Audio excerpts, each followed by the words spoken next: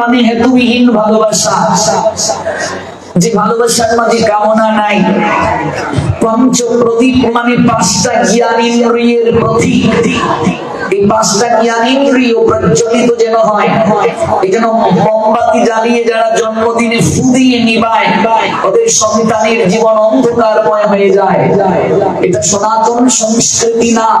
সনাতনীদের সংস্কৃতি আলো জ্বালিয়ে দাও, আলো নিবানো নয়। প্রদীপ জ্বালিয়ে দাও, প্রদীপ নিবানো নয়। এই জন্য দীপাবলিতে আমরা আলো জ্বালিয়ে দেই। আমাদের সংস্কৃতি নিবানো নয়, এটা খ্রিস্টানদের সংস্কৃতি নিবানো। আজকাল সিরিয়াল দেখে দেখে মানুষ জন্মদিন পালন শিখছে।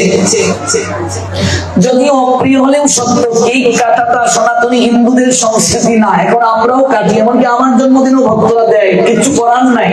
কিন্তু এটা সনাতনী হিন্দুদের সংস্কৃতি না। কেমন আমাদের সংস্কৃতি জন্মদিনে পায়েস রান্না করে গোবিন্দকে দেয়া, বিবাহ বার্ষিকীতে পায়েস দেয়া, এটা আমাদের সংস্কৃতি, সনাতনীদের সংস্কৃতি। কেমন ভগবানকে পিঠা পুলি ইত্যাদি রান্না করে দেয়া, সংক্রান্তিতে নববর্ষে দেওয়া। সনাতনী হিন্দুদের ইংরেজি নববর্ষ পালন নয়, সনাতনীদের সংস্কৃতি হচ্ছে নববর্ষ, বাংলা নববর্ষ পালন।